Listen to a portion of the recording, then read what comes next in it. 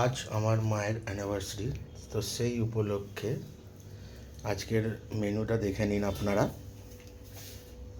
তো সবার প্রথম যে ভাত,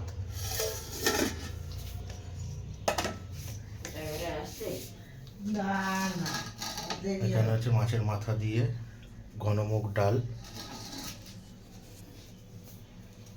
এটা হচ্ছে কাতলা মাছের কালিয়া, এখানে আলু ভাজা, এখানে মাছের পেটি ভাজা,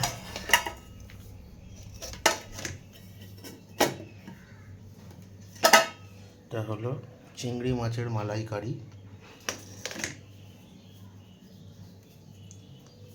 তো আপনারা সবাই মিলে আমার মা বাবাকে উইশ করুন, আর আমার মা বাবা যেন সারা জীবন ভালো থাকে এটাই কামনা করুন।